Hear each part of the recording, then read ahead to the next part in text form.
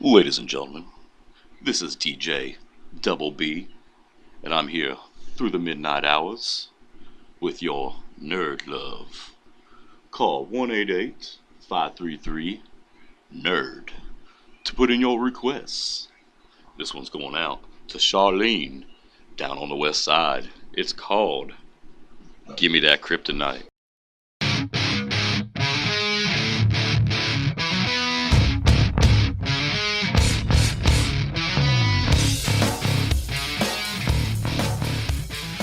Hey guys, and welcome to Sorta My Podcast. My name is Vincent Herman, Vin the Human. Sitting to my right is Mr. Bob Collins, also known as Boba Fett, and straight ahead, James Odle, Alpha Spectre. Chelsea Watkins. Showraiser will not be with us today. She had to work, but she'll be back for the next episode. However, we've still got a great show for you.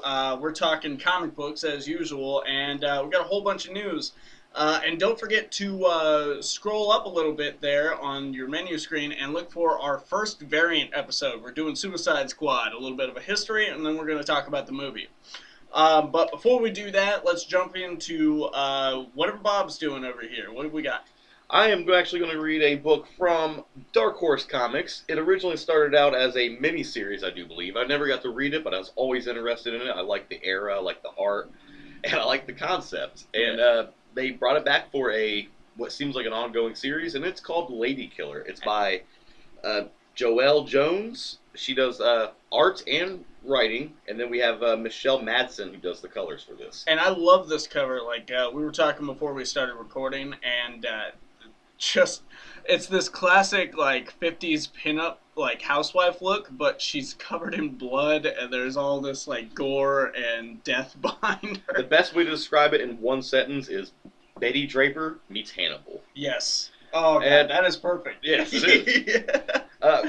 I had to look up a quick, just basic synopsis on the first miniseries. I want to run that down real quick before I go into this book. Josie Schuler is a picture-perfect homemaker, wife, mother, but she's also a ruthless, efficient killer for hire. The original comedy series that combines the wholesome imagery of early 1960s domestic bliss with a tightening web of murder, paranoia, and cold-blooded survival. It's almost like you copied that and wrote it down. I literally did. I just said that. Well, this takes place what seems like after events of the first book. They moved to, I believe it's Miami is where they're at. Actually, to the city of Cocoa Beach. I'm not really sure where that's at, but it's definitely looks Florida-ish. I've heard of it before. I don't know where it is, but I'm not sure. who cares? It could be make-believe. I don't know. I don't care. But it's Miami-ish. And we start out with a Tupperware party. Our main character, Josie here, is hosting a Tupperware party with a couple old women and a few women about the same age. And while she's describing this Tupperware, talking about the seal, listen to the sound of the airlock on this. The old women are kind of talking about the nephew. One of their nephews, if he's going to wind up getting an inheritance, and pretty much just we're on page one. typical. I already love this because I know like how the hard of a left turn this is going to take. Yeah, it's yeah. going to be great. And throughout all this, like I said, Josie's trying to sell this Tupperware. None of these women are interested, and she can clearly see that. She can clearly see that these women are kind of giving her dirty looks, or she can hear them talking behind her back, talking about, you can't believe that she would ever show up after getting divorced. She has no shame. I'm assuming they're talking about Josie. Like I said, I don't really know what happened in the original mini. Yeah. But it seems like they're at least talking about her because, like I said, they're all kind of whispering it behind her back. One of the old women, her name is, let's see if I can figure out what her name is here real quick. Oh, well, fuck it doesn't matter. She winds up going to the bathroom and sitting down, taking a piss or shit, whatever. Like, just the shot of her sitting on this toilet with her pantyhose down around her ankles, panties down, reading some kind of catalog, and Josie steps in. And of course, this old woman's freaking out, like, excuse me, like, what are you doing here? Get out. And Josie says, my apologies. This is after she's already put on her cute little early 60s apron, rubber gloves, pulls out a claw hammer, and just with the claw sides, full baseball swing, hits this bitch in the temple. Well, the other old lady, she comes knocking on the door saying that she heard screaming, and she's like, yes, it's fine. She said, your sister just slipped. I'm going to help her up. Don't worry. We'll be out here in just a jiff. Slams the door. She drags the first old woman that she's already killed into the bathtub. Comes out, still covered in blood. And her sister asks, is she all right? She's like, yeah, it's fine. It's just got a bloody nose. She goes, bloody nose? Well, just look at you. You look awful. You're covered in blood. Hopefully you didn't get any on the carpet. She said, of course not. And before I forget, with this claw hammer, pulls it back. She says, your nephew sends his regards. This is the one that was supposed to get the inheritance. Oh, okay. That she said, well, he's going to have to work real hard if he ever wants to get it. So what they're doing is just killing this bitch. He's going to get the inheritance. Like I said, she's a killer for hire. And just, there's about 5 or 6 panels of her just full swinging on this old woman. Somehow she's a tough old bird because she's not dying within the first 4 panels. To the point that Josie even says, one more ought to do it. And just like, you can see full swing, the onomatopoeia, fuck, and just like, this old woman's just eyes. Like, I love the imagery in this book. Like you were saying, you can tell on the first page, it's very dapper and nice. And it's very dated for, like, it looks perfect for that. It's colorful, but not era. Like it's more in almost like a slightly muddied. Ooh, pastels. it uses Watchmen colors. It pretty much breaks away from the normal color spectrum. Yeah. Well, she starts dragging the second dead body into the bathroom, and then her internal monologue kind of comes in, and she talks about how this isn't really her job, like the cleanup part. She does the killing, but usually she has somebody there doing the cleanup. But if she's going to wind up going into business for herself, she's going to have to take on all aspects of this job. Yeah. And she pulls out a bone saw and starts hacking up these bodies. I mean, she dumps in bleach and everything else into this bathtub. She bends the blade all to shit on her bone saw. And even uses she even says, you have to use a little imagination sometimes. And she winds up going into the kitchen, going through, and she finds an electric knife, like a turkey cutter. Oh, wow. That dates it, right? Yes. And that's the thing, like, if you look in the background, even just like the wallpapers and like, you know that your mom has had some of those mustard yellow Tupperware. Yeah. You know what I mean? It still does. Yeah. And like I said, it just puts you into that era. Yeah. Well, she starts stuffing, after she's hacked up all these bodies, she starts stuffing them inside of these trash bags. Well, of course, the side starts busting out of the trash bags, and she's like, for the love of Pete. Sometimes the solution to things is, like, you have to be a little more creative. And she starts looking around and realizes, wait a minute, I'm at a Tupperware party. There's tons of Tupperware here. So she hacks all these bodies into small little itty-bitty pieces and shoves them all into Tupperware. Oh my god, you know what that reminds me of? What? The movie Voices, or The Voices. It's a Ryan Reynolds movie. Oh, you were telling me about that the other day. Like, I've heard about it, yeah. Little bit of a spoiler. He uses Tupperware a lot. Yeah.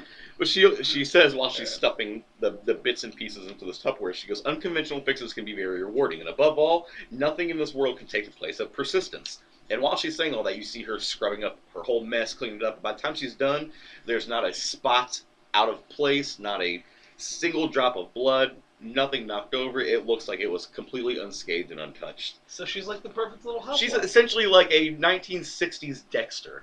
It's probably, but she does it for hire and not as in like killing other killers and such. Huh. Well, she shoves it all into the back of her, I believe it's a Chevy Bel Air is what it looks like. Yeah. Shoves all these Tupperware and everything with golf clubs, which later on you'll see why I even brought that up.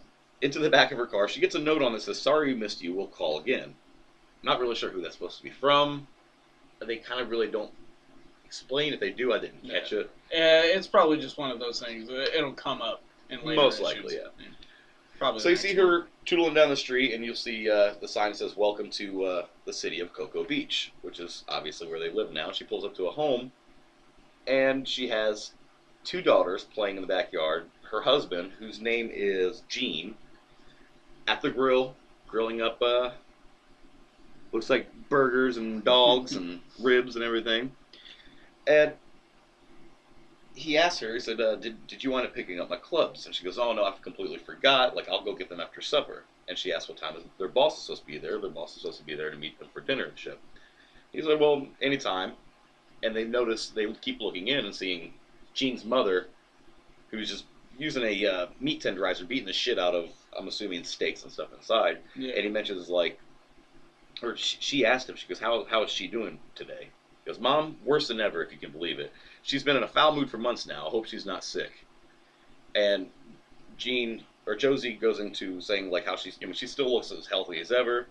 And Jean asks her, like, why don't you go in? Like, I know you guys have never really seen eye to eye. You guys never really got along together. But why don't you go and kind of have a little, what he calls, a gal powwow, see if it might help. Well, she agrees. She goes in, and she asks if she can help her mother-in-law out with anything. Come find out, like I said, since I haven't read the prior story, she must have witnessed Josie killing somebody, disposing of a body, something.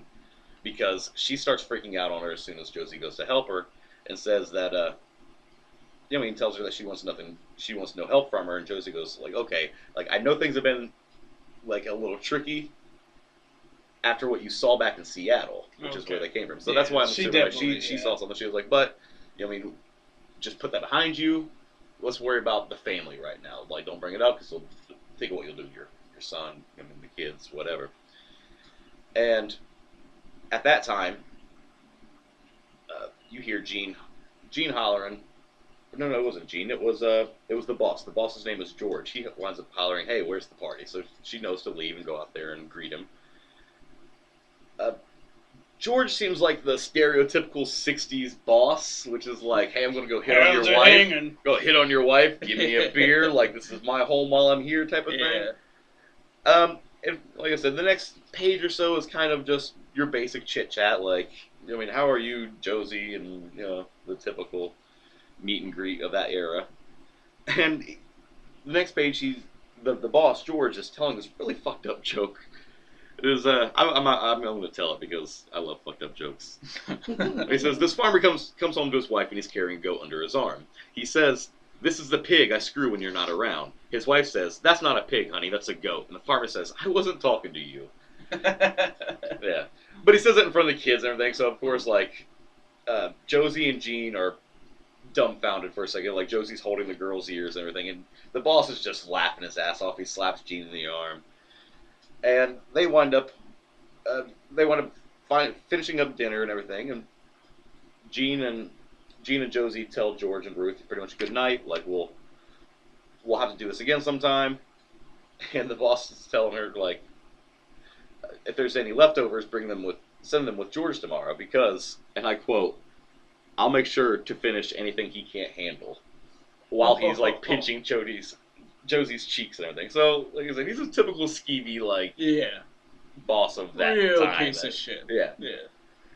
Well, by this time, Josie lets George know that she'll go back out and pick up his golf clubs like he asked, because George, the boss,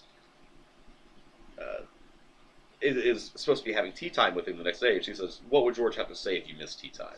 Well, like I said, since she's already had the golf club, she's up to something else. Yeah. Which, since, she's a hired killer and all, we're going to assume that maybe she had a hit she had to take. I'm hoping it's the boss. No, it's not the boss, but I'm hoping the boss gets taken out at some point. The next page, you see her at a car lot, checking out I'm not sure what kind of car it's supposed to be, but it's a station wagon of some sort. Almost looks like one of those old surfer woody wagon type deals. Almost. It actually looks probably Mr. more like Cruiser. Yeah, I'm not really sure. Yeah, no, it's 62 Pontiac actually. Okay. Says it right I there. was just being wishful because that '70s show. Yes, Mr. Cruiser. But this is in the 70s. You could literally cruise the vistas. I love you guys. Well, this car dealership this car salesman, walks up and says to her, like, "Greetings, like, do you see yourself behind the wheel of the '62 Pontiac?" She was like, I sure am. Is it a little late to take her out for a spin? Like, of course. So they hop in and they start taking off. And he tells her, like, be careful, it's got a big engine behind it, there's a lot of power. And she kind of goes off-road to a road that actually has a road close sign and everything. He goes, I didn't know we're going off-road. Getting the idea that it's not the car that you're interested in, ma'am. So he thinks that she's pulling him off to the side to, do some dirties, maybe even cut a little deal on the car or something. Mm-hmm. So he starts feeling on her leg and asks if there's anything that he can help her with. She goes, "Yeah, there sure is." And she gets like a death grip on his wrists twists it, and then with her other arm reaches over by the driver's door, grabs a butcher knife, and stabs this fucker right in the jugular. Nice. And she goes back into her internal monologue, talking about the 7 rules for going into business for yourself. And while she's going over these rules, she's pulling this body out of the car. She's in like a lagoon, like a swamp. Mm-hmm. And she's pulling the body out to dispose of him in there. She says, rule number 1 is persistence is key. The price of success is hard work, so whether you win or lose, you can be proud of what you've applied to the best of yourself to the task at hand. And while she's saying that, she slips, pulling the body out, falls into the water, and the body falls on top of her. Rule 2, learn from your mistakes. Look forward to failure.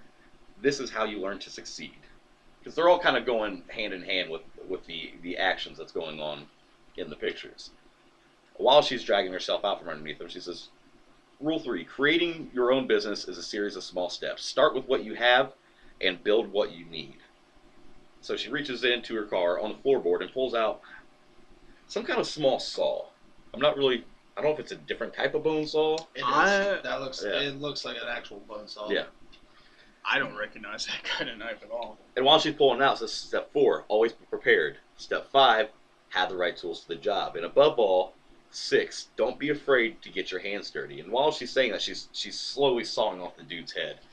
And the very last page, and lastly, 7, trust your instincts. And while she says that, headlights light up the area, pull up right on her. You can't see who this man is. He has like a fedora hat suit on and a big, looks like maybe an old Buick or something, standing in the headlights, and she just looks obviously shocked and frightened that she just got caught, and there's a to be continued. That's a hell of a cliffhanger. It is. Like I said, not really knowing anything about the story prior. Like I said, I knew that she was a woman in this area, or in this era, and she murdered people. I didn't even know that she was a killer for hire or anything. I was always kind of interested in this. Like I said, I love movies that take place in that era, and this, I could see this being done by like the people who made Mad Men. Yeah. I mean, it has a very Mad Men feel. It does. Like I could just hear that background music. Well, from and the with everything that we've been getting made, like comic book wise, made into shows lately, it's a high possibility if it this could catches happen. on, it could be another one of those. I would like to actually see it. Either on AMC, because they'll go that distance with what they've shown in The Walking Dead. I mean, I watched a dude's head get ripped almost completely in half before they pinned away. So yeah, either AMC or HBO, one of the two. Even Showtime, dude, Netflix. Even Netflix will. FX is hit and miss. Netflix would do gory shit like Oh, this. yeah. I mean, I can't really think of anything so far they had that's a Netflix original they've done that with. Isn't that there's a Deathgasm lot out of there now. Netflix original? The Deathgasm? Is that the Oh, one where yeah. Was that a that is- Netflix I don't know, original? but I what I think it watched of is. it was so ridiculously bad that it was so good. But it's definitely a good book. Like I said, that cover draws you in, and I saw it on the shelf this past week when I went to pick up my books, and I wanted to grab it. It's another one of those ones where I'm like, I want you, but I can't. Well, this is one of those There's ones so that many of those each week. I've heard so many good reviews about the first one. I mean, I was thinking about picking up the trade of the first one before I even knew that they were making an ongoing. That as soon as I saw this, this was actually just on Friday. Yeah. Stopped down at Dungeon Dwellers and stepped in, and I saw this on the new This Week rack. Oh, shit, I'm going to have to definitely pick this up. Yeah. I mean, even And Dark even Horse the seems like they've been title doing that here brings it. recently with minis that did really well. They just did it with shit. What's the book I let you borrow? Either an Empire? No. Son of a bitch. One where they go back and repo their shit. It's not Repo Man. No. it's, God damn it. Why am I I know having the brain fart on one. this? Why am I God doing damn this? it. No, because you loaned me the first Yeah. issue of the It's original not run. Paybacks, is it? Yes, The that's exactly what it is. Paybacks, The yes.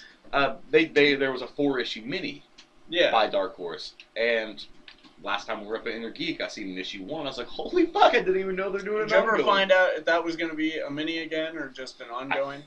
I don't know. I actually asked them up there, and they said they weren't even sure. That first issue of the mini was fun. Yes, So dude, all 4 yeah. issues. I said, you need to. Yeah, I finish need it to off. get It the was other good. ones. Yeah. But I believe it is going to be an ongoing, and if so, like great, because they had great writing. The concept behind it was fun, and then but there was still in it. by the issue 3 and 4, you found out more of the internal story, what was going on. It besides makes it more just, of a real. yes, thing. yes, it kind of made its own thing. But all the little parody shit and all the stuff in the background, like, was fantastic. Speaking of good shit in the background of new books, Odle, what are you reading today? Alright, this is I Hate Fairyland number 7. I can't remember if I talked about number 5 or not. I've talked about a couple of these before, and it's an image book written and drawn by Scotty Young. So much fun. So we're back from the trade break after issue 5. Mm-hmm. What happens into that is Gert, our favorite little hellion in Fairyland, killed the queen, became the queen. Yep. And issue 6 was all about her and not wanting to be the queen because it was so boring. And all of the shit that she caused. Like, she ruined alliances, like, destroyed treaties that were going on, raised taxes here, like, made a couple of populations go completely extinct. And this was all just in issue 6? This was in issue 6. Like, Yeah, this is all in between issue 5 and 6. Just one issue. Yeah. Shit. So here, at the end of that, she gets a review from Harriet Winter. And it's funny, in that issue, it's the HR lady of Fairyland. But Larry the Fly tells her winter is coming. And she, so they drop a couple of Game of Thrones references within that. I think actually the subtitle for that issue was a Game of Thrones play on words or something. So, but he's like, no, Harriet Winter, the HR lady. So she comes and she's like, you've been doing a shit job. You're fired. So they fire her from being queen at the end of issue 6. Oh my god, so she was only queen for 2 issues. Yeah. Wow. I think really, it spanned the course of a year or 2. I think so, but okay. like at the end of issue 5 is when she became queen. She became queen. And then when she came back from issue 6, like the rest of issue 6 was like the end of her reign, and then they fired her. It just so covers that there was year. a gap in between 5 and 6 but she was doing all I this forgot shit. that 5 was the last in the trade and not after the trade. Yeah. So 7 we pick up, we see Once Upon a Time and this little kid in a dragon costume singing about Fairy Freezy, and he walks into his local magic mart. Now this is in the real world. This is IRL. So it's Halloween, and this kid is skipping into a super quick type place. Yeah. And the guy, he's like, don't sing that song, it's disturbing, and why don't you actually go trick-or-treating on Halloween like a normal kid? And then we see him the kid, stand in front of this giant, freezy machine with dozens of different flavors. And he's like, Halloween is the only night of the year that Magic Mart has very freezy, super duper special flavors, and I plan on drinking them all. So the guy tells him, that's fine, but I'm going to keep track because you still owe me for last time. So apparently this is something this kid does fairly often, is go in there and drink these freezes. So we see him just slurping down all these different drinks. Each panel's a different flavor, and he's consuming them in different ways. He's just slurping it, he's just pouring it into his mouth, gulping it. So I love it. It's great because he starts out sipping, and then he just puts himself under the nozzle by the last one. We've all done that at least once. Yeah. And he's like, uh-oh, he has to pee. So the inside bathroom is broken, so the guy gives him the key to the one outside. He's like, be careful, though, you might not make it back. And he runs out, it's an outhouse. There's an outhouse behind this convenience store. So he goes in, he's struggling with his zipper, and then he hears a sound from inside the outhouse. Inside the toilet. The hole. The toilet. And it just keeps making different sounds. He's like, oh, shh. And on the next panel, it shows what looks like he is being grabbed by a mystical pea and dragged down through the hole. And the subtitle of this one is called How to Drain Your Dragon. Nice. And so we go back to Fairyland, where Gert is in a bar called Cloaks and Daggers. Nice. And they keep making toilet jokes throughout this whole issue. And she's like, tell me why you dragged us to this toilet of Fairyland is what Larry asked her. And she's telling him how during her time as queen, she found out that there was someone who collects things who might have a way back, like a way to get her back home. She said that she had some people volunteer, and it shows these little monsters chained up looking through all these books. She had people volunteer to look through everything in the Royal Library and gave her a big list of all the options they could find. And Larry told her, that looks an awful lot like the map. You know, the last long scrolling piece of paper that was meant to help end our relationship. She's like, yeah, I thought the same thing, but it's just from the same supplier. And on this paper, it says, MacGuffin Paper Company, providing your plot device a quality surface since once upon a time. Like, these little things Once upon a time. That's what makes this book so much fun. So, she decides, I'll ask the bartender, maybe he knows something. And they're just like, he's pretty big. What do you want? I don't think the axe will do the trick. Do you want the cannon? What do you want? I want to interject here and say I think they borrowed some of the humor from Shrek here, because that's what made Shrek was so enjoyable. Yeah. Was little stuff like that. I mean, that's all. I mean, you kind of have to if you're in a fairyland. Like, you kind of have to use the since once upon a time. Well, I mean, they cornered the market in comedic fairy tale. Oh yeah. Oh yeah, absolutely.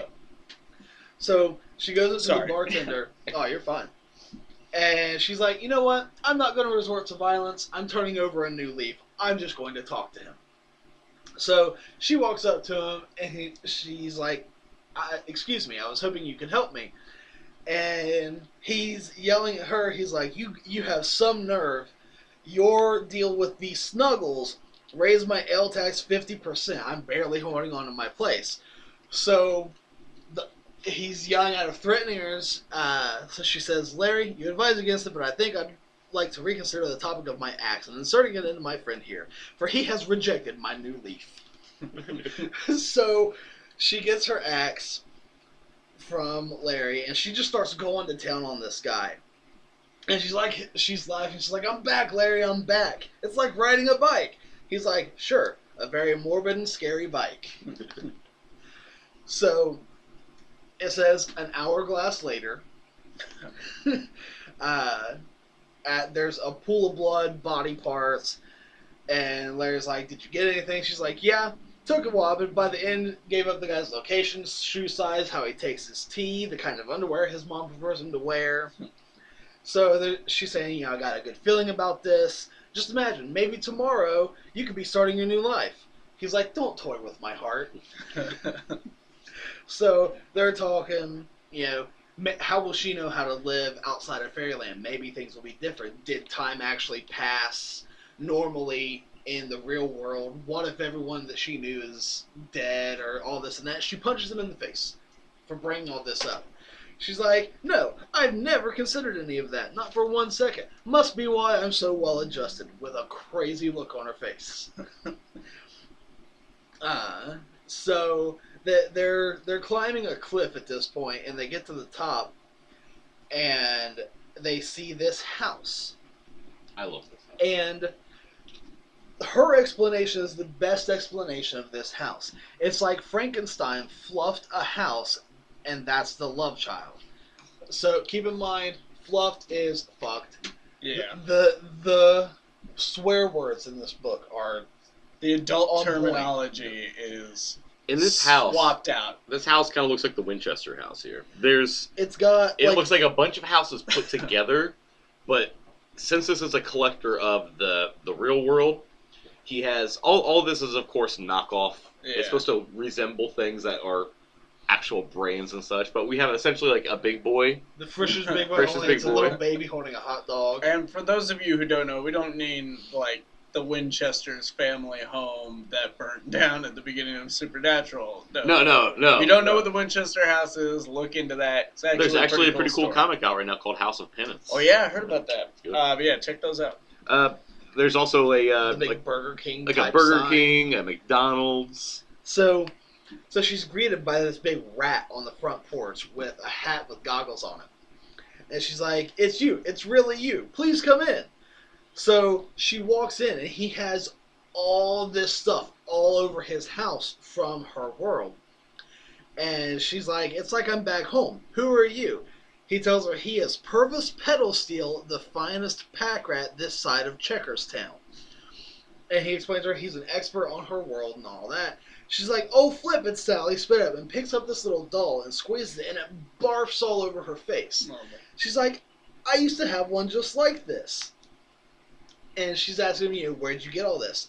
And in this panel in the background, we see in a box, he's got what looks like a Woody doll, a one-eyed SpongeBob, and a Batmobile. I love the things. That's what I. That is the definitely segue. the Batmobile. The segue into Odle's book, where I said, speaking of cool shit in the background of the book, this is what I was meaning. Is like all the panels of this over guy's here, house. There's a Vader helm. Yeah. Like, there's just all kinds of There's a stuff. lightsaber up here. There's other things I noticed. Let me get the mic away a little bit so I don't. Yeah, we're all the blowing up. gumball machine. There's it looks like a Sega controller. Like there's there's a few things. Maybe on the next page is where I saw some more. But Yeah, Scotty definitely took some time in throwing shit that he liked or things that he thought would be at least noticeable. Yeah. that looks like it might be a Furby up there on that Yeah, shelf. yeah. I would say there was a Furby. But he explains to her that, ever since kids have been coming to Fairyland, sometimes they intentionally bring stuff with them, sometimes they unintentionally bring stuff with them, and he's made it a point to collect it all, and he's been obsessed with collecting all of this stuff from the real world. And, she's saying, "You have a lot of stuff from my world, but do you have a way to my world?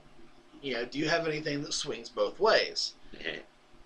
And, right, he explains, he's like, "I might have just a thing, but I'll need something from you in return." He whispers in her ear. She's like, "That's pretty dark, but you've got a deal." So as they're going out back, there's a giant clown head, a slide, a pool, and everything. And Larry's talking to Gert. He's like, "There was a whole lot of whispering. He didn't want you to do anything inappropriate, did he?" She says, "No, I just had to agree that in case of my death, he could have my body so he could stuff it mounted inside his house. He said having an actual person would basically complete the collection." I love that. So Larry's like, "Oh, well, you die or you go home. I guess we have nothing to worry about here." And so they go to a place like back in the trees, and he's like, the pack rat says, "This is it, what you've been looking for." And it's a van. And it's almost like a pedo van because it has a unicorn and everything painted on the side. No, big rockets that's not, on the back. That's not like a pedo van. That's like a rockers van. Like, Yeah, because it has like an airbrush mural on the side. Yeah, I love that one from Fanboys. Yeah. Oh, yeah, the one with the Star Wars. But their explanation of this, it's like, wow, it looks like that van looks like Dr. Seuss threw up all over it. And Larry's like, "Don't forget the airbrush wizardry." Purvis says, "I know, it is art of the highest caliber." So he explains to her, he's like, "In theory, it brought someone to this world, so it should be able to take you back. There's only one problem. The closest thing we have that resembles petrol from your world is dragon water." And she's like, "What, is that water from a dragon's lake or something?" And Larry's like, "Nope, he means dragon whiz." And apparently it's the most volatile substance. Makes sense. But, it's hard to get because a dragon only goes once or twice in their entire lifetime. Wow. So Larry explains, it could be tomorrow, it could be in 500 years. And Purvis right here says, yes, the chances of finding a dragon at the exact moment that it would have to relieve itself is astronomical. You'd be better off hoping for a miracle, to ride the lightning from the mighty storm lords above. And there we see this giant pink lightning blast come down from the skies, and an outhouse crashes down in front of him, and it falls apart, and it's the little dragon boy from the beginning sitting there holding himself. He's like, I have to pee. And, like, you can just see the anguish on his face of how bad he has to go. And it's great. And he's like, does that look like a dragon? It kind of does look like a dragon. And Per's like, I'll get a hose and a funnel. So this kid is off peeing into this van. And Gert starts going, psst, making the pee sound. And Larry's like, the sound of running water helps, not the sound of peeing pee. And then Gert runs off, and Larry's like, where do you think you're going? She says, you were wrong, the peeing sound made me have to pee. And then she gets back, did the dragon pee yet? Larry said, like, this all gets covered in the end note. Larry says, nope, no pee, but now I kind of have to pee. How are you doing on the pee front, Purvis? And Purvis says, I'm becoming very uncomfortable with the amount of talk of pee. And Gert looks at him, you totally have to pee now, don't you? Purvis says, yes. And then the little boy interjects and he's like, I think I'm done peeing in that gas tank. Can I go home now? And so the next scene we see, they're on top of a hill in the van. Gert and this kid, she says to him, I've been asking that same question for the last 30 years, kid. So they're in here. He introduces himself as Duncan. And she's like, thanks to Duncan here, the answer to that question is finally fluff yes. And they go to take off down this hill, and they jump off a cliff. She says, here we go, Duncan Dragon, time to fly. And the engine, and the big rocket in the back starts up, and they start, like, flying off. And then it cuts off, and they just drop, like that cartoon, stop in midair, drop straight down. Holds up the sign. And a giant explosion from this van full... Not just an explosion, a motherfucking mushroom cloud. Like a legit mushroom cloud. And Purvis says, I hope her body's not damaged too much. It'll be worth more if I don't have to replace any parts. Larry just like, Purvis, you're a creep. So the son looks down at the smoking wreckage and says, I don't think that was enough pee. You see Gert from one side saying, he's right, definitely not enough pee. And then Duncan on the other side says, can we all please stop talking about my pee? And that's where it ends. And probably one of my favorite parts about this issue is at the end, Scotty Young always does a little note about the issue. And he says, did Gert survive another ridiculous explosion? I mean, seriously, was the van full of napalm? Come to think of it, it didn't even have gasoline in it. Last time I checked, human pee isn't that flammable. What? You've never tried to light your pee on fire? Second question, why haven't you tried to light your pee on fire? Third and final question, am I trying to see how many times I can use the word pee in a comic before it goes from funny to slightly less funny to annoying to super stupid to infuriating to bordering on criminal and then all the way back around to funny? Pee. Funny yet again? Anyway, Gert's getting into some Bloodsport type shit next issue. See you there. So this whole issue like is mostly based on toilet humor. Nice. But now there's another kid stuck in Fairyland with her, and he's dressed like a dragon. Yeah, and so apparently, and we get to see the cover for the next issue, and she's wrapping her bloody hands in bandages, and so apparently she's going to be getting into some fights as always. Yeah. But it's such a fun book. The humor is always on point. If you haven't read this book yet, what the fuck is wrong with you? Okay, well, here's the thing. Like, when I saw it, just basing off the covers and, the initial concept, I was like, I can pass on that. My idea was that it wouldn't be all that funny. It'd be gore porn, and maybe that was it. And then you forced it on me, and I fell in love with it. It's clever, it's funny, it's not supposed to be taken seriously whatsoever. Like, not for one moment should you look at this and go like, no, I don't think that's how it would happen. No, fuck you. It's Fairyland.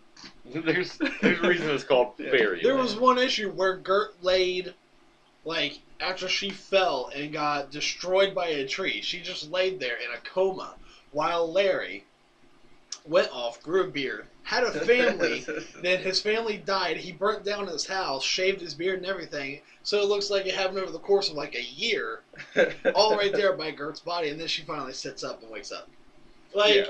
I mean, there's one where she, they let her body adapt to like how she would really be.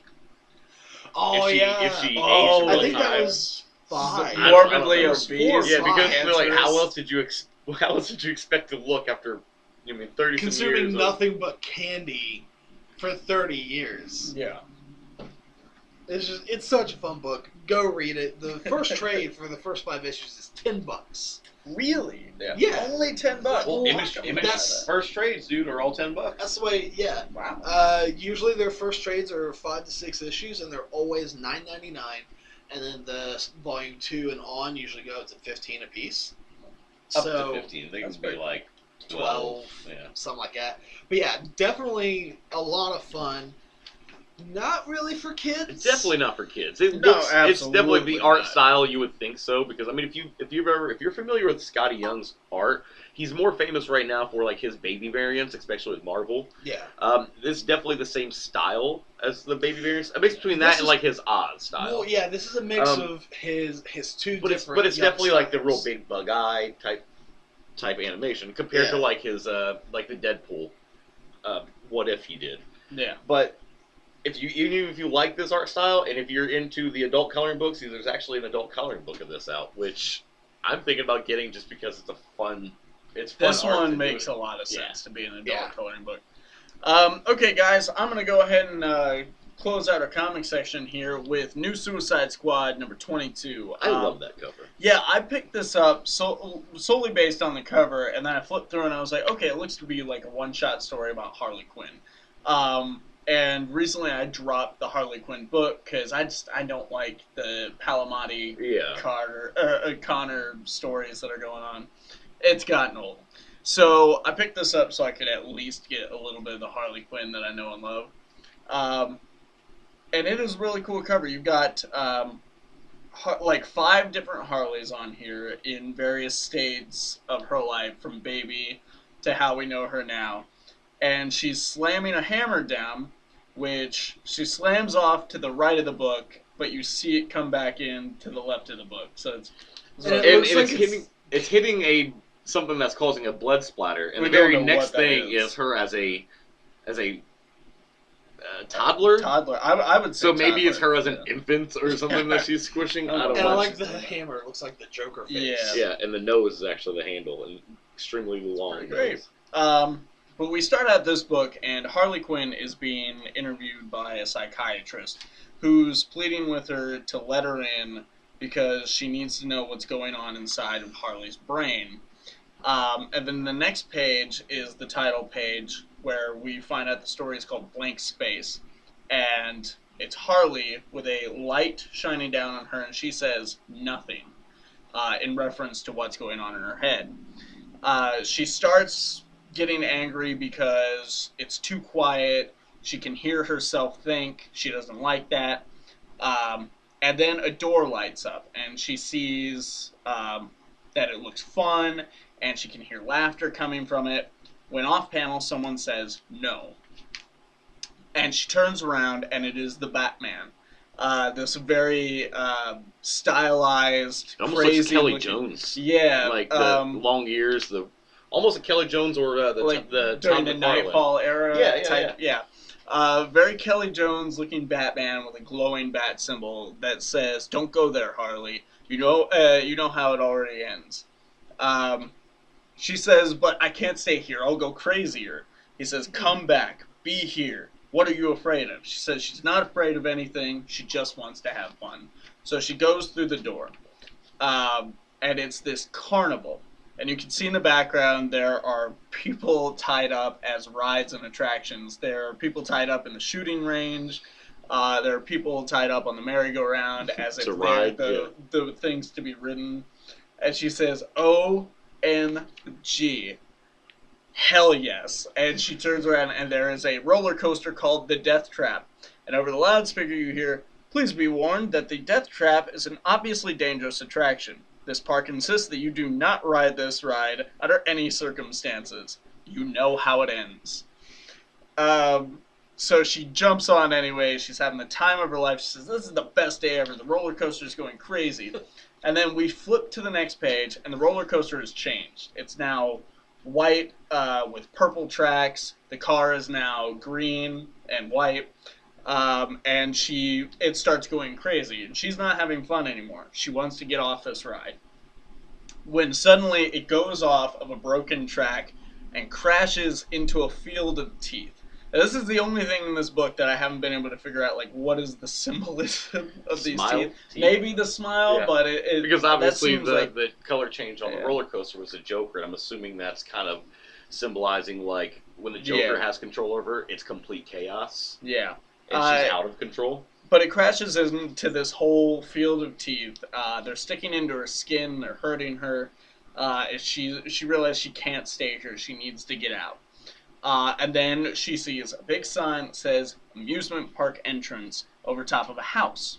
She says this is the entrance. She starts running for it. But it seems like she's getting so far away, the harder she tries to get to it.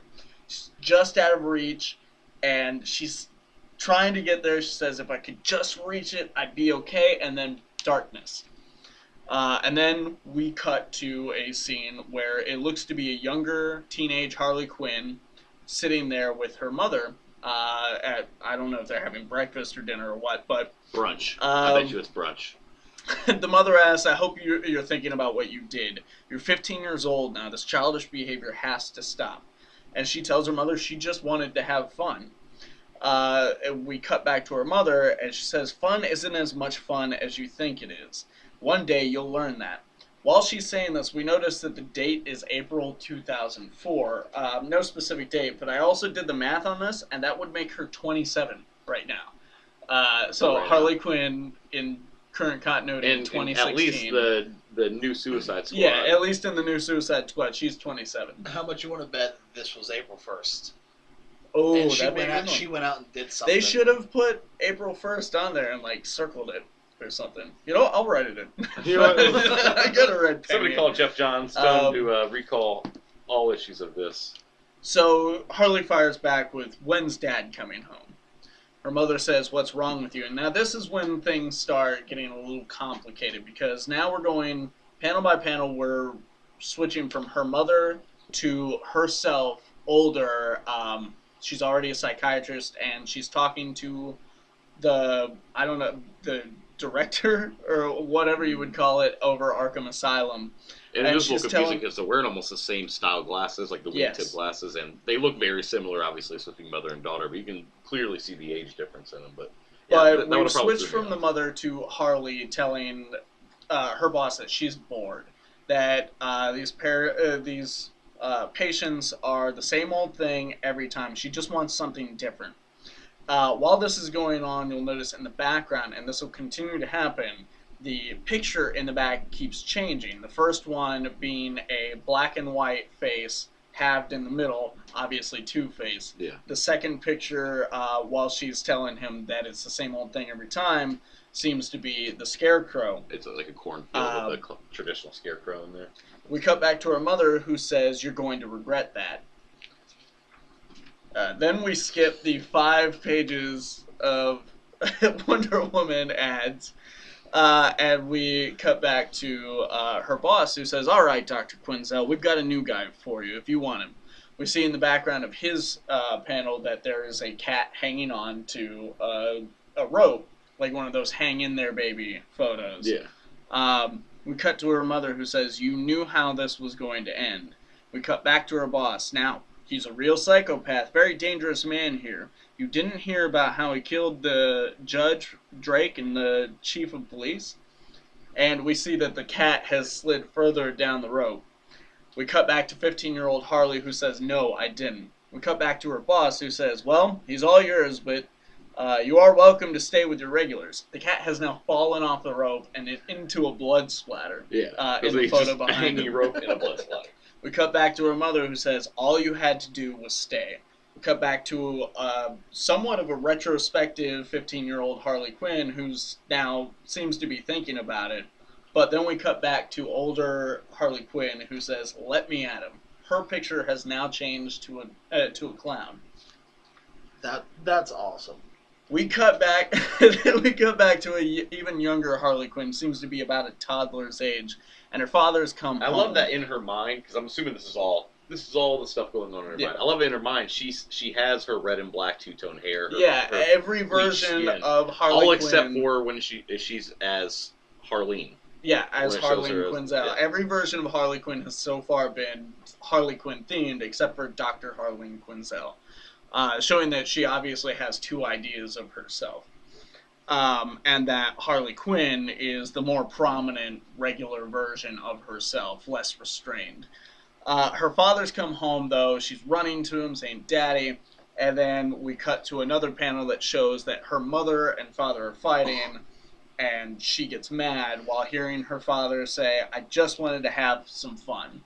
Meanwhile, Harley's gone to her room, and she sees all these toys laying about. A robot, a baby doll, a nutcracker, this funny little hot dog with a face and a hat. It's Mr. Freeze. I thought that too, but it's nobody definitely else a Mr. seems, Freeze. Nobody else seems to be thematic, so I think it's just a coincidence. I think it's definitely... It's supposed to resemble Mr. Freeze. Come on, dude. It's got the dome and the red but why goggles. would there be a hot dog with a hat? Because it's Harley's Who's mind. that? It's Harley's mind. Friggin' Nutcracker. But they do end up taking on themes because we cut to a 2-page spread here where it is now older Harley Quinn down at the same size as these toys, and one of the toys has become Amanda Waller. Another one has become... is Amanda Waller a Nutcracker? You'll find out later that it's Amanda Waller. Yeah, she's the Nutcracker. I don't know why it still has the mustache, though.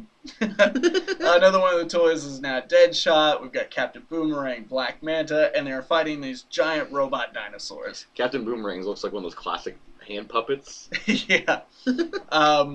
We cut to another panel where... Deadshot has lost his arm. Waller's telling him to keep going. The dinosaurs are now starting to tear them all apart. When all of a sudden, they hear something and they think it's an asteroid, but it sounds more like a shoe, and a shoe comes through and kicks them all about. We cut back to another situation where things continuously change panel to panel. In the background of these panels that are lopsided and twisted and upside down, and somewhat upside down, we see all these toys, blood, and teeth flying everywhere. In the panels, the first one is toddler Harley Quinn saying, "What's happening?" Then teenage Harley Quinn saying, "Everything has changed." And we cut to her mother in a graveyard saying, "Your father's dead." Cut to older Harley sitting in that same kitchen saying, "That doesn't make sense." Another panel that says, "Oh, come on, honey, lighten up." And it's obviously her father dead father in his casket. And then we cut to a standard panel at the very bottom with Harley back in the psychiatrist's office holding her head saying, "I knew you were trouble." Cut. We pass over another ad. And we come back to another just bunch of random panels. Her mother saying Harley. Harley holding her ear saying no. Batman saying Harley. The dead cat saying it's harder than it looks. Now Dr. Harleen Quinzel is screaming Harley. And now we see that the blood and teeth have all been converging into the face of the Joker, who says, "You belong with me." Harley is now screaming in the psychiatrist's office saying, "I don't want to." And then we come back to the psychiatrist's office, who turns out to have been Dr. Harleen Quinzel the entire time, asking, "You don't want what?" So now it's Dr. Harleen Quinzel talking to Harley Quinn. And Harley saying, "I don't want to do this. I don't want to think about this anymore." Dr. Harleen Quinzel tells her, "I'm just trying to help you. Harley, I'm trying to figure out why you're trapped. Why you're trapped in the cycle you can't seem to escape. I want to set you free." Harley starts getting a glazed look and starts to sit back and says, "Yeah, well, and on the next page we see that she's been in her cell this entire time and says, 'Thanks for nothing.'" That's a really good issue. That is an amazingly good issue. I have the first handful of issues from the new Suicide Squad run that I got from you. Yeah. Excluding issue 2 because, we never could find it. I found it, but I'll have to pay like $6-7 for it, which yeah. I don't know. I've been a little interested in it. I've checked out the Comic Storian rundown on some of these storylines, but yeah. I'm kind of with you, even though I've only been catching bits and pieces of the New 52 Harley. Like, it seems too goofy to me. I love how this is. It shows the chaos and the disorder in her brain and in her head. Exactly. It shows how she sees herself. And I like how it shows her what she wants to see herself as in these memories, and then versus what she knows she's supposed to be. And then even to her being schizophrenic to the point where she's talking to herself as Harleen talking to... this shows so Harley, many different ways she sees herself. With the Suicide Squad I want to at least pick up this issue just for this story and nothing else. Well, with the Suicide Squad being toys, that shows that she sees herself at times as a puppet. With Batman being the one trying to keep her where she needs to be, it shows that she sees him as somewhat of a conscious. Yes. Because she doesn't have her own. And like I said, the Joker roller coaster, whenever it changed from the Harley colors to the Seems Joker fun colors, at first, but becomes chaotic. It becomes chaotic, and she's out of control, and it's a death trap essentially. This because it drops low. book, if you Who's need the any writer of this, the writers, let's check them out. 1 second, because I don't know who they are on the. This is thing. Ryan. Dave Ryan. Sharp does the letters. Oh, Yeah. is it up here? Yeah, Sean Ryan wrote this. Ron Ronan Cliquette? Ronan Ronan Cliquette Ron and was the Cliquette. artist, and he did a great job too. This book looks great. But no, and I've loved the covers recently too. They've all been in like a black and red tones. But it has a couple arcs on the it. thing about Harley Quinn is that there is origin stories out there, especially since the New 52. They had those secret origin books that were coming out, and Harley Quinn's origins in it, and it's interesting, and you like how they tell it. But honestly, if Harley needs any kind of origin, like anything to understand who she is, it's this book. And that's one thing I was going to ask. Origin story than anything. Something I was going to ask while you're reading, but I didn't want to interrupt you. Is this the first that we've seen Harley's mother and hear about her parents? I've never heard about it. In the Secret Origins issue, where they go into her background, like I said, they talk about them, but they don't really focus on that very much. They focus on her adolescence, more or less. Okay. Her first boyfriend, who ended up murdering somebody for her. I think I may have watched the comic story or something. It's interesting. I'm not saying that's bad. I still have that too. Like, that's one of the books I didn't trade in for all those trades. Because I traded in all of my entire run of New 52 Harley from issue 0 to 30 for like old Harley trades. And it turns out I'm missing one. I would have been upset if I was still wanting those. I only traded it for one New 52 trade, and that was Volume 2, and it was because of the stuff with her and Power Girl. And that stuff was fun. I can't deny that. I enjoyed that. That and the Harley Power Girl trade. But, anyways, yes, pick this book up. If you're not reading New Suicide Squad, you don't have to. Because this book stands alone on its own. It's a self-contained story. It's an introspective look into Harley's brain.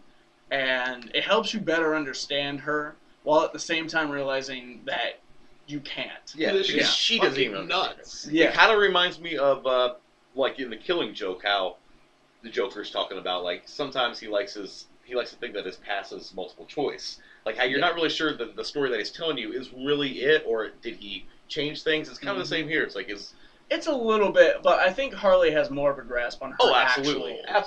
Past. I'm saying it's kind of the here's her version of her past. If you like Harley Quinn but you hate the book Harley Quinn, you'll love this. That's the best I can give it. Anyways, okay, moving on from that. I don't know why I put my notebook down because I needed that. Moving on from New Suicide Squad number 22. We're gonna get into some nerd news here. First of all, Game of Thrones. I don't know. Nerd news. Sure. Well, there's our new intro. Anyways, first of all, Game of Thrones got announced that they are definitely ending in season 8. This has been a rumor for some time, and they were flirting with maybe going a little further, but no, So it now- is definite. Here's my question. He's still writing books right now.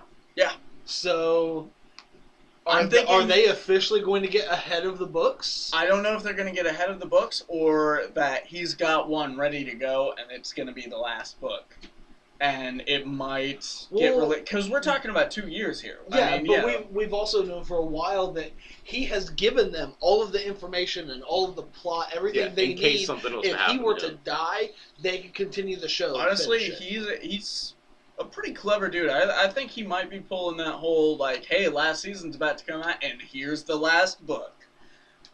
I wouldn't be They just surprised. swim in that fucking money. Yeah. Just like I say, at the end of season 7, the final book comes out that tells how everything like pans out. And It's it's either going to that happen in or season the 8. day season 8 premieres. Oh my god, That would be amazing. that would kind of be almost a dick move because It you would would have be a people. dick move, but perfect. It would.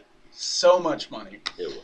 George, if you're listening, we're Yeah. your new. We're George, your new. George is definitely listening. He's one of our He's top always listening. listeners. He called me the other day and he was like, "You better talk about Game of Thrones." Better get that Like, God on there, I'm bud. fucking out, dude. Who's your favorite character? I'll fucking kill him. I don't care. I like Aquaman. No, I hear he's actually a really nice guy. Yeah. No, I'm a little sad that the show's ending, but it makes total sense. With the ending of season 6, Yeah. Bob, you're not caught up, are you? I've You watched hardly 2 episodes, the whole fucking show. And I they have- were- One of which was the death of Joffrey. Oh, which yeah? I'm just like, I don't even watch this show, but I'm happy this little fucker's dying. Yeah. And then the other one was what did you say? The Red The Red Wedding? Wedding. no, it wasn't Red Wedding. That was It so may have been, what was pissed. Jason Momoa's character? Is he Oh, the one that like you Khal got in some kind of Drogo. like Oh, battle, Khal Drogo. battle, and then he was like shoving his thumbs in somebody's eyes and something about like you Yeah. raped my wife, you killed my daughter, something. I don't know. Oh no, Who was that? Is that the one where you- No, that's the same episode. That's when the mountain is fighting the Viper. Okay, yeah. And then I call it. man. I don't know. Like Beck used to watch it like a while back, and every time I walked in, it was like somebody was fucking. It didn't matter what episode it was. What part Yeah, of the that's episode, actually so I'm just toned like, down a lot. Someone was fucking and someone was dying. That was like that the was first pretty few much- seasons. Trust me, there's a lot of in between. Like I've got the first 4 seasons on DVD. You should. I will probably You have to should borrow check it them then. Yeah. But it makes sense with the spoiler with the ending where Dany finally gets her big ass fucking fleet of ships, this huge army. Yes. She finally puts the fucking slavers down for good. Like they're done. They're toast. Yeah. We've got Jon now finally fucking took back the North. So we've Oh got my god! And the and the reveal that Jon and Dany are related. Yeah, I mean okay, they didn't outright come out say and it, say that, but that's you what's know. happening. You That's know. what's happening. But yeah. Anyways, they ended that on such a shit's about to hit the fan and then it's gonna be over. Like note that last season let you know. So Oh yeah, so we've got that news. it's gonna go down. Yeah. Oh, it's gonna be so great. Going down in the DMs. Yeah. Something else that might end up going down, honestly, I don't see this working, is Disney announced that they're doing kind of a sequel-esque movie to The Rocketeer, where the lead is going to be both female and black. And honestly, my entire thought process on this is that every single step of it, just from it being a Rocketeer movie, forget about who they're casting or that she's black. Where or a was the chick. demand for a new Yeah, Rocketeer? This is is what I all wanna know. so There wasn't. pointless. They're like, not only are we gonna bring back Rocketeer, why? But we're gonna make it a female. Okay, and she's gonna be black. And it's going to take Are you- place like what? 5 years after the original. Huh? But No, wasn't the the original original, was like- in the 80s. It was like in 1938 or something. So I think this was going to be Well, like yeah, the original was 43 set in or the some 30s, yeah. Nobody's asking for this. Nobody cares if the Rocketeer is I mean, I dig female the or Rocketeer. black. Yeah, but And like apparently the premise of this is that they're honestly, I think the only Some- reason our generation's aware some of the Rocketeer... country is trying to take the technology of the jetpack as like their their step up in the Cold War. Like first, if you remember, like didn't the original jetpack get like repaired with like bubble gum and like a few other things out the movie? Like, and he could like it. If he turned his head, it would turn. Thing. Like, could you imagine a whole army of these fuckers flying around? Just it'd be like little Hindenburgs. I'm not saying that they're gonna treat it improperly. Although the black female thing is definitely like diversity fodder. Yeah.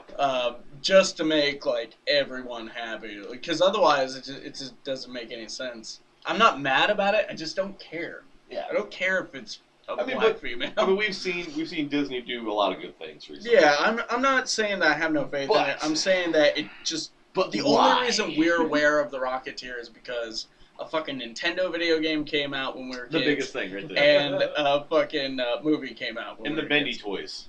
Oh yeah, they did have the Bendy. Yeah. Yeah. But that was all promotion for the movies. Like, it was because of the movie. Otherwise, like, I would have never known shit about Rocketeer. No. So I feel like this is the same thing. They're like, we own this property, but nobody cares because nobody has any idea what it is. So let's make a movie. So we're going to make a movie and try to make everybody give a shit about it. You are going to fail, Disney. I'm sorry. Let's make money off of the shit that's been I love everything else you're doing, but you were going to fail on this one. Like, nobody cares. Like, kind of off subject, but still talking about Disney and something they're doing. You know what I'm really excited for? I don't give a fuck how much shit you guys give me for it. I'm really excited for the live action Beauty and the Beast. I am too. No, yeah, you're not gonna catch any shit here for it. Like, okay. Like when I saw that trailer and I heard the music in the background and she's messing with the rose, I was like, and then it says "Be our guest" and has the date. I'm just like, fuck yes, I'll be your hell guest. Yeah. No, yeah, I'm very excited for that. I'm like, that wasn't even on our notes, but I'm glad you brought it up, dude. Fuck yeah, Disney bringing these classics to life. Pete's Dragon coming out.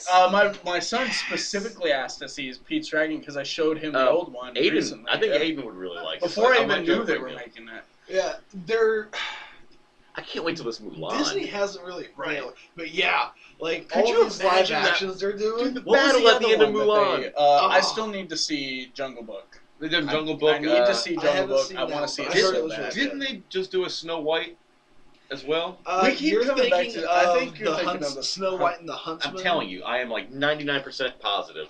Look up like Snow White 2015 or 2014. Like I'm like 99% positive they just made a Snow White one. Well, I mean, didn't they just make a Cinderella? They had two Snow White. Yeah, they did do Cinderella. They did do a Cinderella. I think that was straight to DVD. Though, wasn't it? No, it was in theater. Dude, I'm almost. I don't remember it being in theaters. And from what I've heard, they're making a live action Little Mermaid, and there was talk about Tim Burton making a live action Dumbo.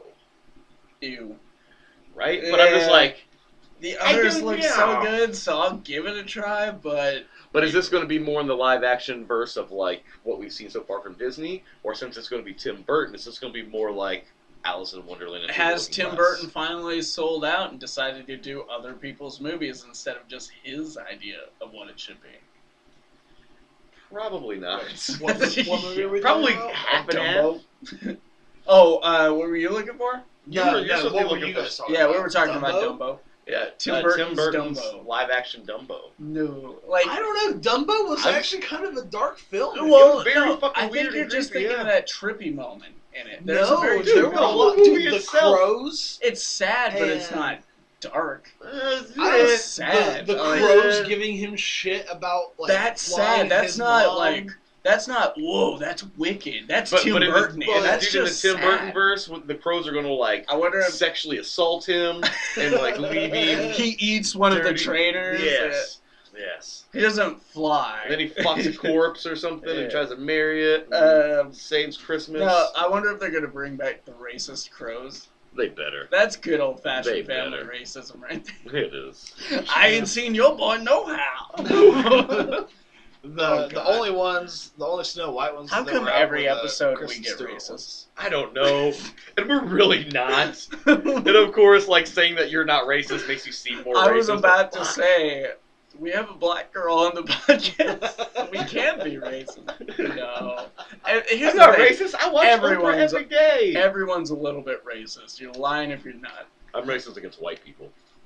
I'm racist against. I'm actually Latino. People. No one's. I don't think any of you guys have seen me before, but. Watch Avenue Q.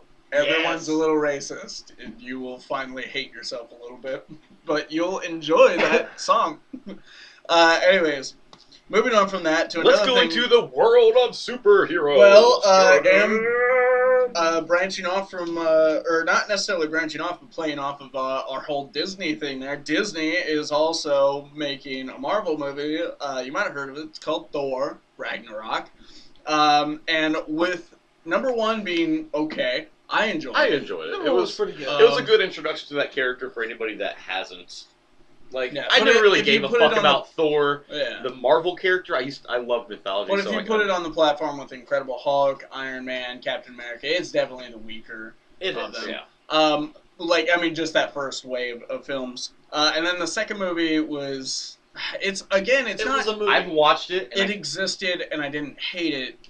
I can tell you some basic points of that movie, Yeah. but nothing really stood out besides the Yeah. Infinity Gem. The Infinity Gem. That's all it was. It was a catalyst to get another gem out That there. and Chris Eccleston, the In Night that Doctor, as the whole bad guy. like era of Marvel movies, Winter Soldier was really the only one that sticks out. Cause like don't as know, far as like second movies go, Yeah. Thor 2 okay. If we're talking about is kind of I forgettable. don't know. Iron Man 2 stuck out really well. I thoroughly I enjoyed love Iron Man that. too. I And you know enjoyed what? it. I like Or is a on lot the of track with the briefcase. yes. I love that. Yeah. that for the longest time. That was the only part of that movie I could really remember. When Tony and Rhodey are both in the suits at the Yeah, end, taking out the Yeah. Or when they fight at the fucking At the his party, birthday yeah. party, And yeah. then throwing like watermelon and stuff in the air. And it's DJ, like, give me a beat to beat my buddy's ass too. I love drunken Tony Stark. Yeah, it was so great. I don't agree with you at all. Well, what I'm s- okay, Iron Man 3 Are you, was okay, probably now the are you talking weaker about Iron Phase Man 2 movie. movies, or are you talking about sequels in the... Just number Movie twos. number in twos. Well, Not yeah, phase Captain two. America: Winter Soldier was the best of the number Absolutely. twos, absolutely.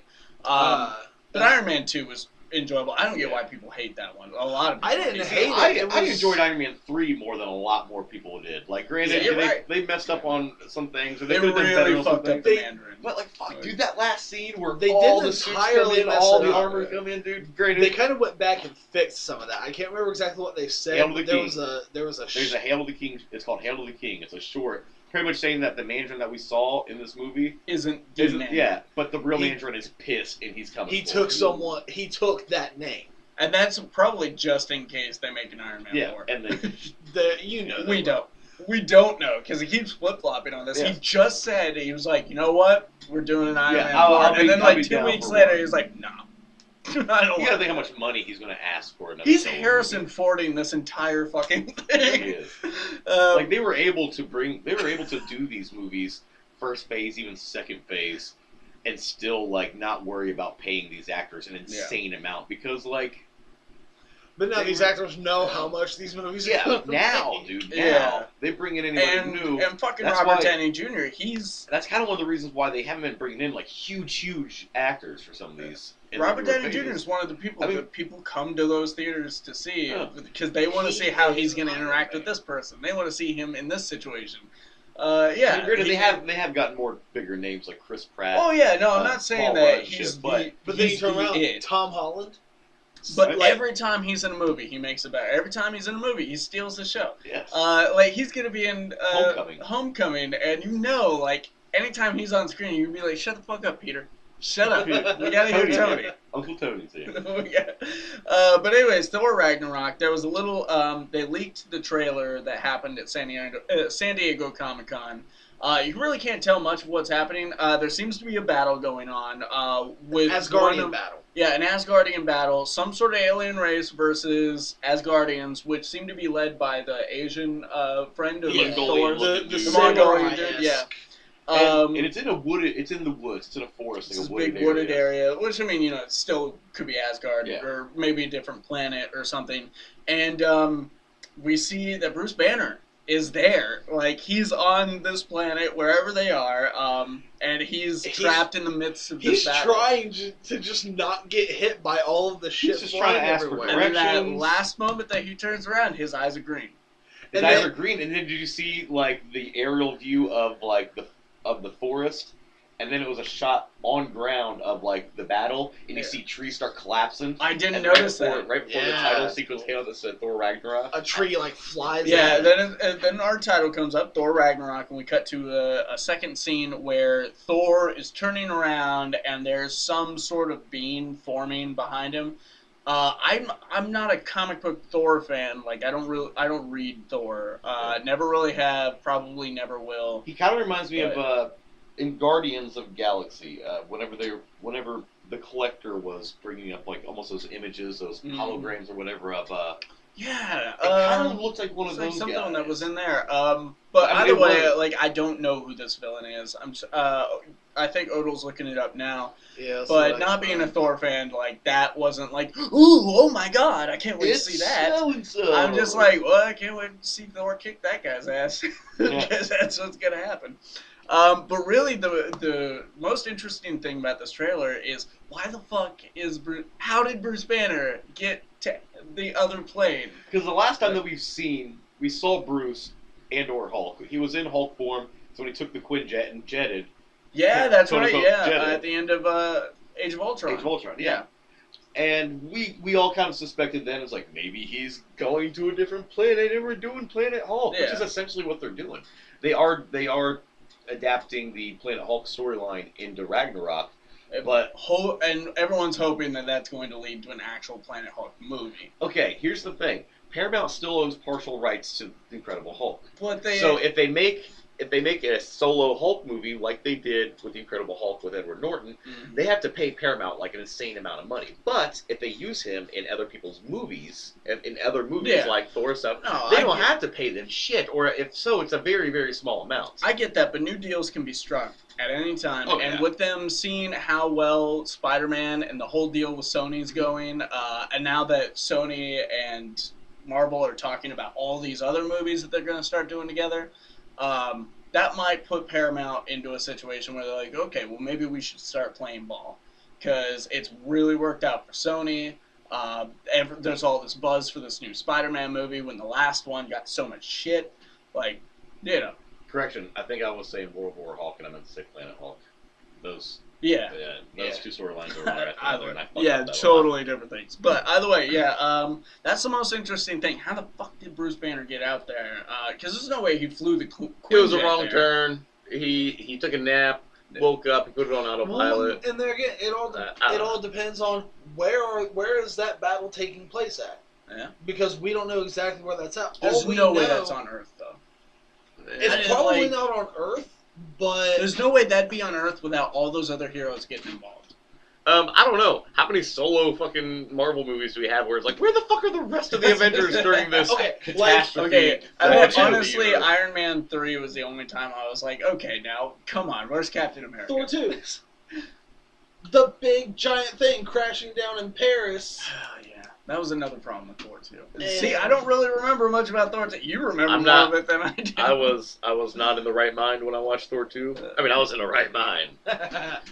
But I was, let's say, inebriated. And it was fun. It was a fun movie to watch, but I don't remember. I really should see it again. I just really don't want to watch it again. We need to take a weekend where we are all off. We can all be together. I'm not fucking big. No, I am not. Because you know how long it's going to take? Way. No. Yeah, we can't. I think we should pick and choose. There's some. It's like the first Avengers I've watched multiple times. I think like I'm okay with. Same with Age of Ultron. But if you wanted to go back and watch like say Iron Man 2, especially the Incredible Hulk, I want to watch the Incredible Hulk. No matter what, I'm buying Civil War on Blu-ray. So we'll have that. I don't know. We'll talk about that another time because that's messy. Anyways, it could be a commentary. No, trust me, dude. Marvel's gonna come up in our commentary show all the fucking time. I still stand by. We should do Dragon Ball Evolution. First episode. We're gonna. I'll do it. I'll do it. Love hating it. I'll do it because I have no knowledge really of Dragon Ball or Dragon Ball Z. So you'll be so I'll be like, this is a good movie, guys. It's like, that was cool. You guys. You guys just see that? That was awesome. No, fuck you. That's not how it's supposed to be. Bob, you're not allowed to be on the next podcast. You can come back the next one after that. But you're off.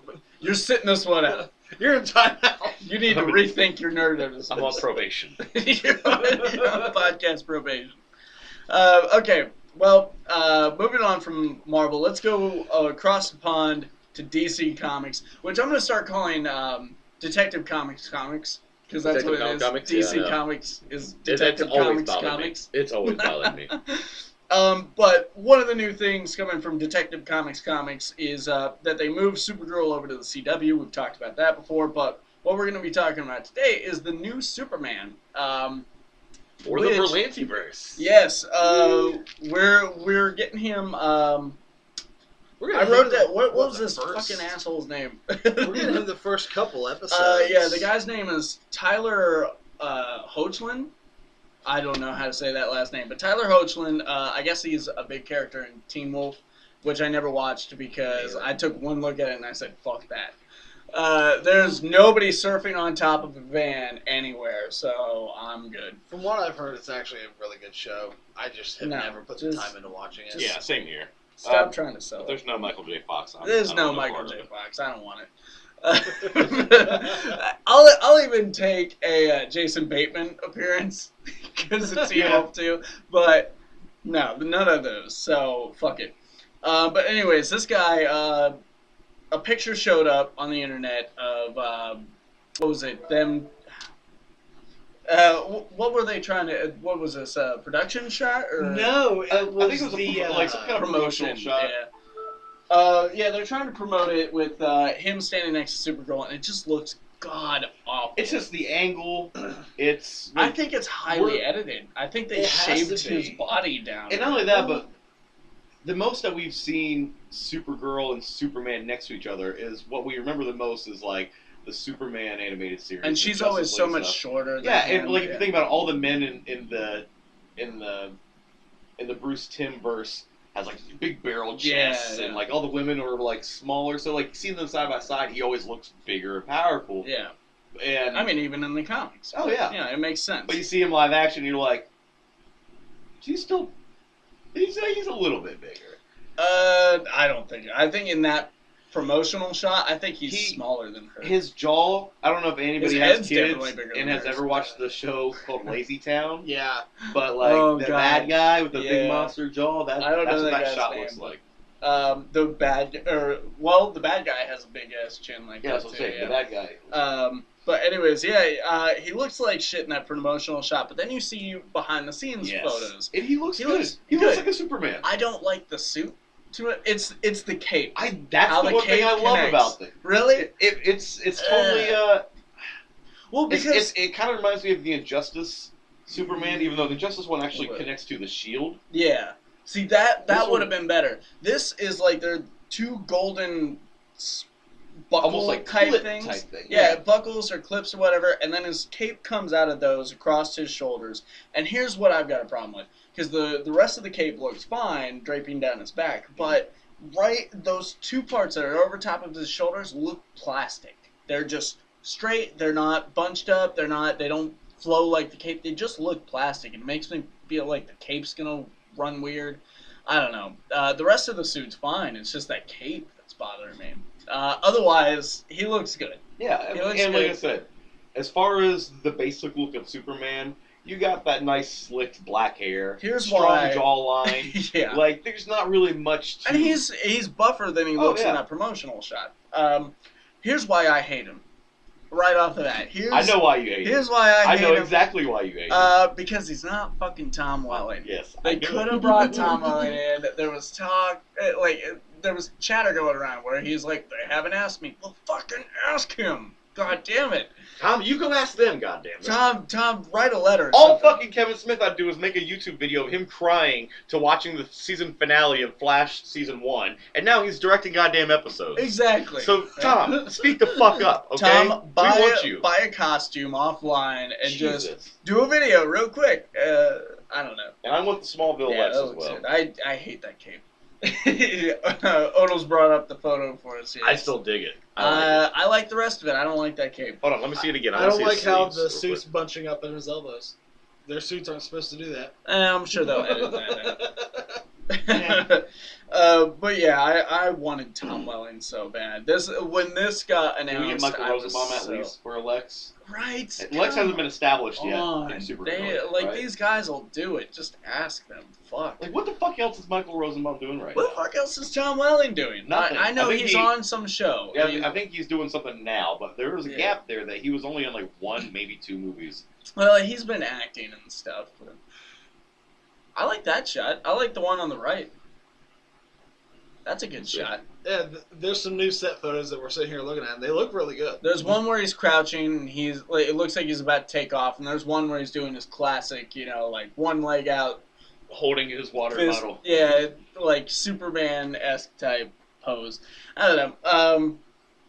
But yeah, that came out. I think it looks good. I think he might do a good job. I have nothing to base that on because I haven't seen him in anything. No, But he at least looks the part. I just really wish it would have been Tom Welling. This is disappointing. Oh, yeah. Maybe it's Maybelline. We're looking at a shot, an on-set shot of Clark, as Clark opening his shirt. Maybe he's Kryptonian. Maybe it's Maybelline. That's all I got from that. Yes. Anyways, moving on. Still sticking with DC here. This is a bit of big news, I think. Honestly, like if you're a comic book fan, if you've been hoping that the DC Entertainment line would get better, well, Jeff Johns was just promoted recently to president, as well as retaining his chief creative officer status. So he's now president and CCO of DC Entertainment, which is just awesome. To give you an idea of how great this is, he wrote the DC Rebirth storyline, which is the greatest DC book I've read recently. And even prior to that, he wrote the Green Lantern Rebirth story. Yes, he was responsible for the Green Lantern. Which brought back so much of the continuity that was kind of muddied over. The whole parallax thing that people had a big problem with. He saved Green Lantern. And then he wanted to do the same thing with Flash, and pretty much anything that he's had a hand in has been fantastic. He knows these characters. He knows these comic books. He knows what we want and knows how to get it. He's literally the definition of a fan now doing what he would have loved doing. So like this is a fan for the fans. All hail Jeff Johns. All fucking hail Jeff Johns. Anyways, and what also got announced with this news was that he is playing a big part in the Wonder Woman movie and the Justice League movie. Which is honestly added with the hate from Batman vs. Superman, which the more I think about the movie, the less I like it. I'm sorry, I keep coming back to things like, why the fuck does Lex Luthor know why he's Bruce Wayne? Yeah. How did he figure that out? At least tell us. Fuck, don't just be like, he's smart. No, I don't. Well, at the same time, between what we've seen in the Justice League trailer, which is like, hi, I'm Bruce Wayne, this whole town of fishermen, and I'm here to collect a bunch of superheroes. Nobody here could possibly have a smartphone.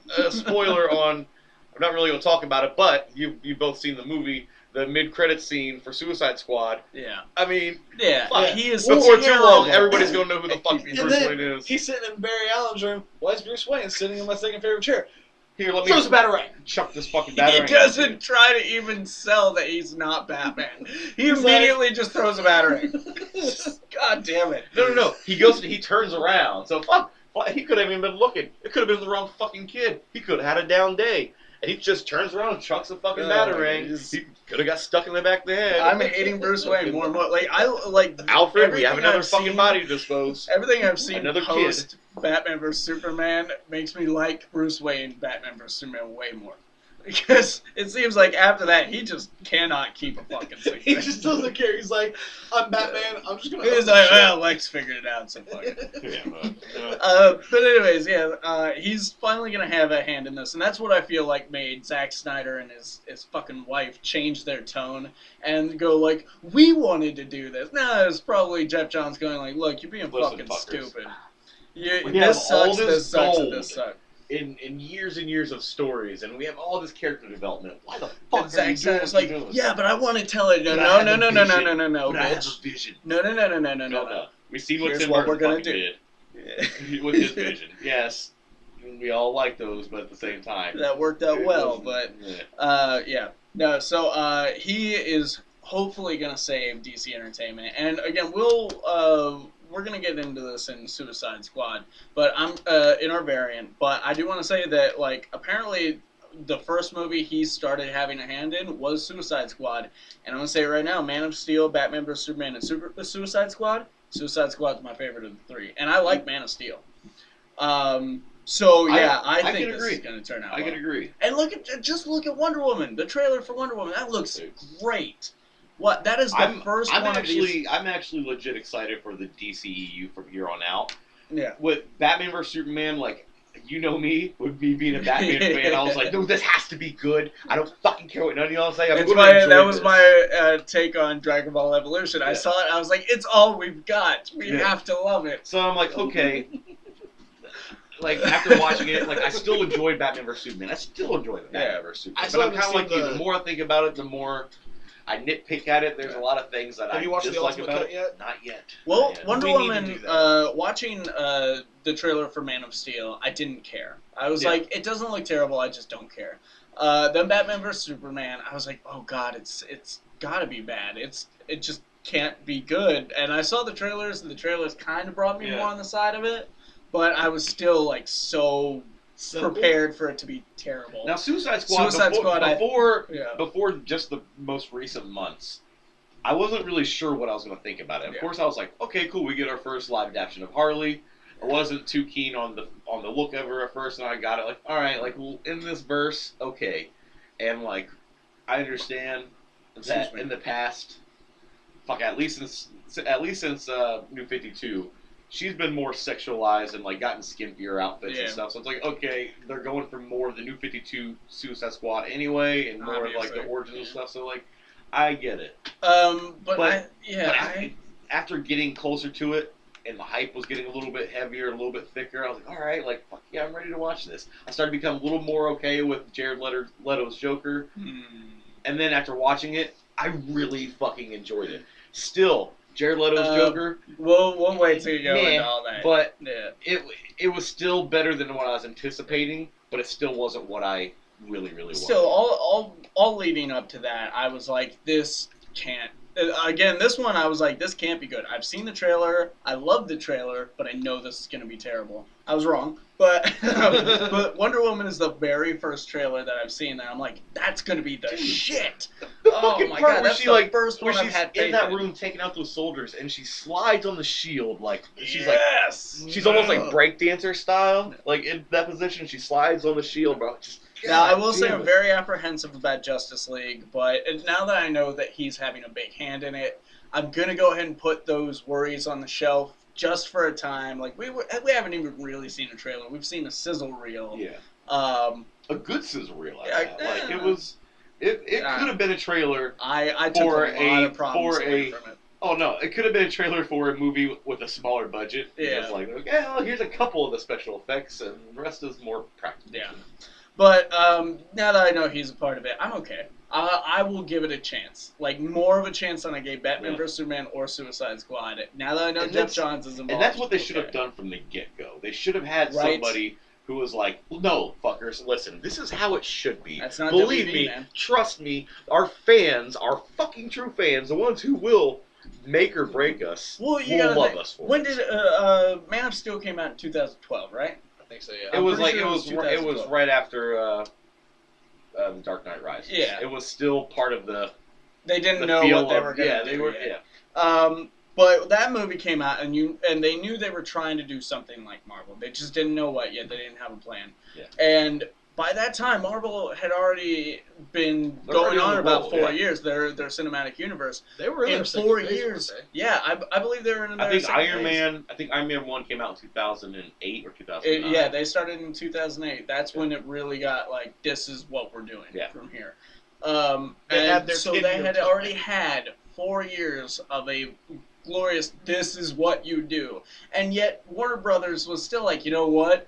You know who people liked? Zack Snyder. Watchmen did good. Let's just hand him the whole thing and let him do it all.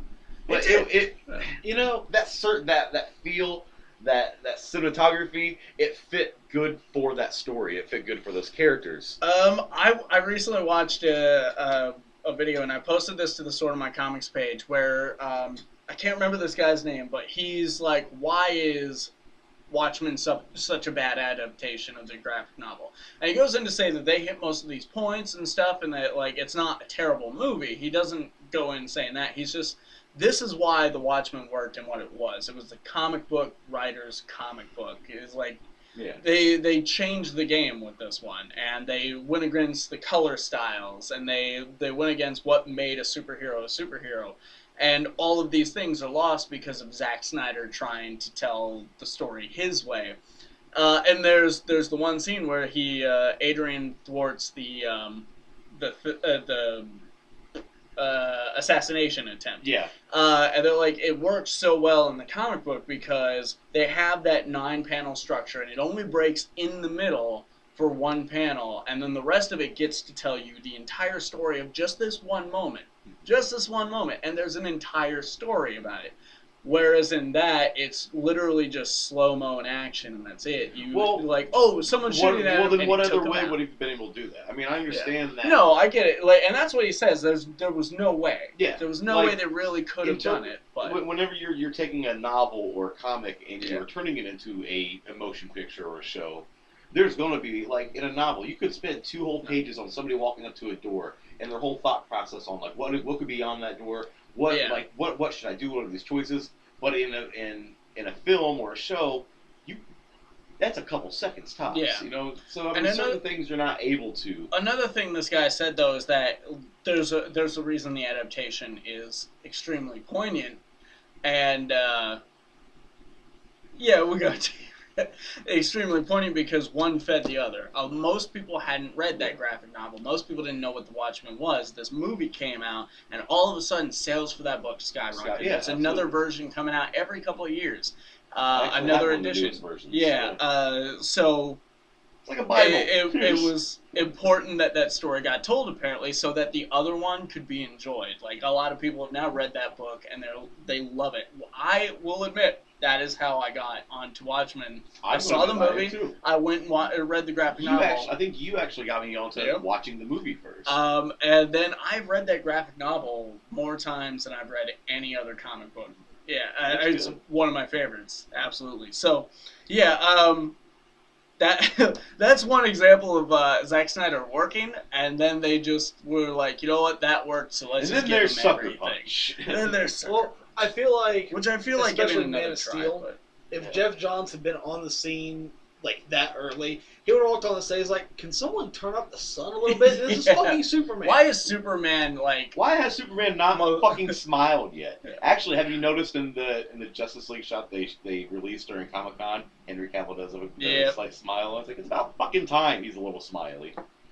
I don't think he smiled in Batman vs Superman either. I don't think so. Other than when he was I know that he looked really sad whenever. He does when Lois smiles and then he smiles. I thought you were going to say when they're all like rolling around in the bathtub and shit, because I'd be smiling too. No, he's angry. I can't believe I got sex with my girlfriend. Dad died. Damn it, I left my phone in my pocket before I got in this tub. My life is torture. I'm Superman. Fucking asshole. I hate Zack Snyder. I really do hate Zack Snyder a little bit. Mostly because he's a pretentious dick. If we're going to put a Snyder in charge of anything, put Scott up in there. Right. At least for Batman. Come on. But yeah, that was the big news, really. It was kind of a slow news 2 weeks. I mean, Comic-Con just happened. They really blew their load on that one. They did. They blew it all over my face and the chest. they blew it all over. And it's still circulating throughout the internet. I'm still seeing that stuff come up in my feed. Oh, me too. More than the other stuff. I mean, there's still stuff coming up. Throwing shit at me. Not today. There's still stuff. I'm not picking it up again. Coming up that I haven't seen yet. Yeah. So. But anyways, that was our big news. Guys, I hope you enjoyed this podcast. Don't forget to look up, scroll up in your feed or go over to our actual page on SoundCloud, Google+, iTunes, all of that. And check out our first variant episode. We're going to do a little episode dedicated to Suicide Squad, the books and the movies.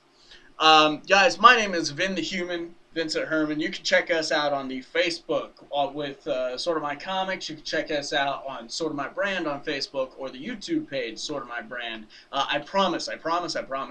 Once my life stops, like, fisting itself, I will get the By the time we're at podcast on episode YouTube. 27, he's going to have episode like 3 or 4 up on YouTube. By the way, we're also, the podcast is also on Instagram. You can like us on there. We mostly advertise this, but every now and again we like to throw up fun little shit. And that's at Sorta My Podcast on Instagram. At Sorta My Podcast on Instagram. And don't forget to check out Shook Nights Live on the Sorta My Brand Facebook page. It's where we get inebriated and play games, whether play retro, games. new games. We're probably not going We to don't really have a set schedule. We're just going to do it when the mood strikes. I'm going to see if I can get Odle to put up the damn poll next time. You know what? I tried. I could not find an option to make a poll on either page. I'll help you out with that. I actually know how to do it. I just knows how to work his way around a poll. Yeah. Guys, again, my name's Vin the Human, Vincent Herman. I'm Bob Collins, Boba Fett. James Odle, Alpha Spectre. And why don't we go ahead and play that badass outro music for a change?